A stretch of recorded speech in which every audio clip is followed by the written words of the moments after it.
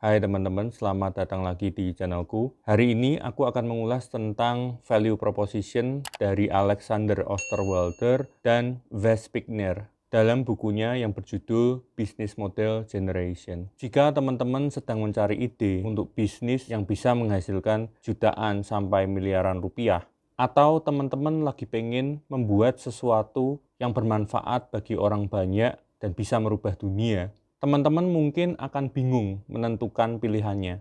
Jawaban sederhana banyak orang tentu adalah buatlah sesuatu yang bisa untuk memenuhi kebutuhan orang banyak. Tapi sampai di sini pun rasanya masih terlalu abstrak dan membutuhkan petunjuk yang lebih spesifik dan jelas. Kerangka berpikir yang melandasi dan lebih baik. Nah, di dalam bukunya yang berjudul Business Model Generation ini, Alexander Osterwalder dan Wes Pigner mencoba menjelaskan teorinya tentang pembuatan bisnis model yang sangat berguna untuk memetakan beragam macam unsur penting di dalam bisnis. Mereka menggunakan apa yang disebut dengan bisnis model canvas. Bisnis model canvas adalah tools yang sangat penting bagi para pengusaha, konsultan, investor, perusahaan, organisasi, hingga pemerintahan. Bagan bisnis model kanvas ini memiliki 9 kotak yang bisa menggambarkan bagaimana sebuah bisnis itu bekerja, memahami hubungan antara satu dengan yang lain, seperti customer segment dengan value proposition misalnya. Nah, karena bisa dilihat secara keseluruhan, maka BMC memberikan kemudahan untuk mencari tahu bagian mana saja sih yang lemah, bagian mana yang harus dikembangkan atau dihilangkan, sehingga perusahaan itu bisa berinovasi dan berkembang dengan baik. Tapi kembali lagi, pada ulasan kali ini aku hanya akan membahas produk atau jasa apa yang teman-teman sekiranya ingin buat kalau teman-teman itu belum memiliki idenya. Nah, salah satu dari 9 kotak BMC yang berlabelkan value proposition ini bisa menjadi inspirasi buat teman-teman karena di dalamnya kita diberikan 11 prinsip yang bisa menjelaskan value dari sebuah produk.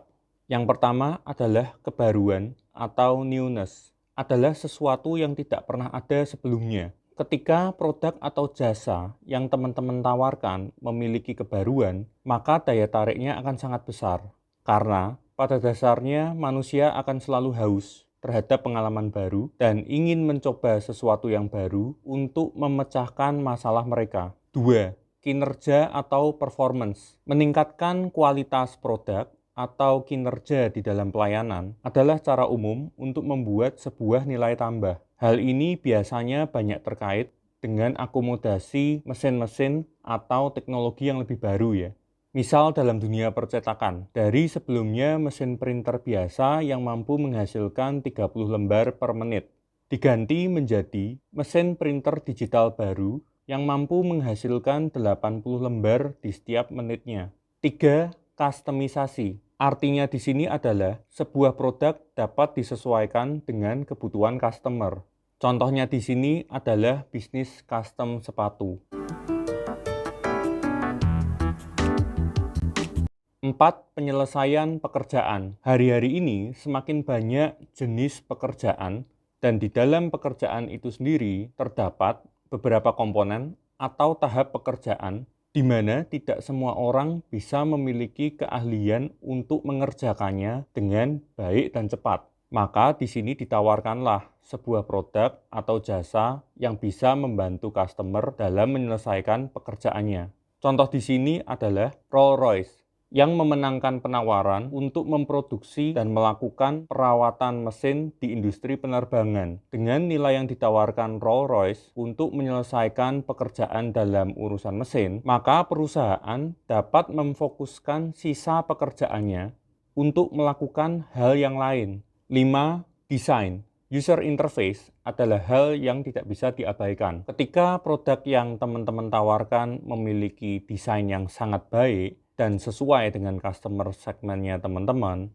maka banyak orang akan lebih memilih produk dengan desain yang bagus daripada produk yang didesain dengan sembarangan, tidak peduli seberapapun bagusnya produk tersebut. 6. Merek atau status. Brand dianggap dapat meningkatkan status sosial ekonomi pelanggan yang memakai produknya. Contohnya Ferrari. orang akan merasa bangga ketika bisa memakai atau mengendarai mobil tersebut. Tapi, brand tidak bisa dibangun dalam waktu singkat. Perlu waktu bertahun-tahun lamanya. 7. Harga atau price. Ketika teman-teman mencoba menawarkan produk atau jasa yang mirip dengan produk atau jasa yang sudah ada di pasaran dan bisa memberikan harga yang lebih murah atau bahkan gratis, maka nilai tambah ini akan sangat menarik perhatian. Contohnya ketika aplikasi WhatsApp muncul, SMS dan MMS yang berbayar mulai ditinggalkan banyak orang. 8. Pengurangan biaya atau cost reduction. Teman-teman bisa mencari sebuah produk atau jasa berupa pengurangan biaya dari aktivitas yang mereka lakukan. Contohnya di sini adalah pesan elektronik atau email yang memudahkan orang atau perusahaan dalam mengirimkan data, berkas, dan file penting lain tanpa perlu mengeluarkan biaya dan energi yang lebih banyak untuk membeli kertas, amplop, perangko, maupun jasa pos. 9. Pengurangan resiko atau risk reduction. Teman-teman memberikan nilai tambah kepada customer teman-teman dengan cara mengurangi resiko yang mereka hadapi.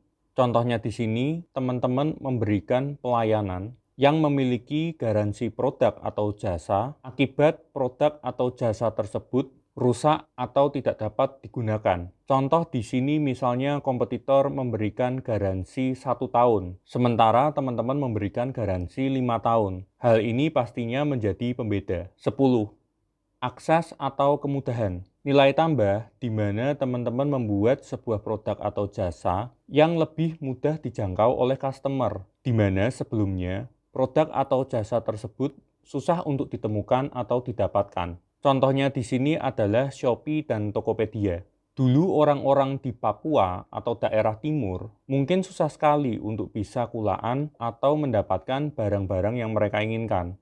Mungkin mereka harus ke Pulau Jawa dulu untuk melihatnya dan membelinya.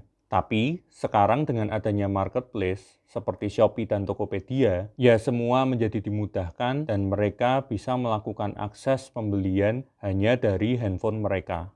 Yang terakhir adalah kenyamanan atau kegunaan. Di sini teman-teman membuat produk atau jasa yang lebih nyaman dan mudah untuk digunakan dibandingkan dengan cara-cara sebelumnya yang sudah ada.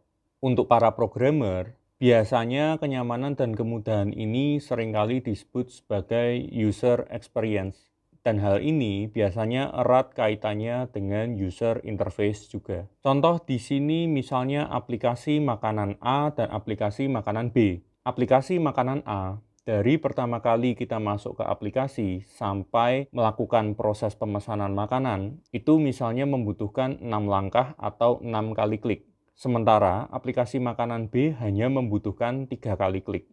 Secara kemudahannya, kita akan cenderung memilih aplikasi B. Sekian dulu ulasan buat hari ini. Terima kasih buat teman-teman yang sudah menonton dan menyimak video ini dari awal sampai akhir ya.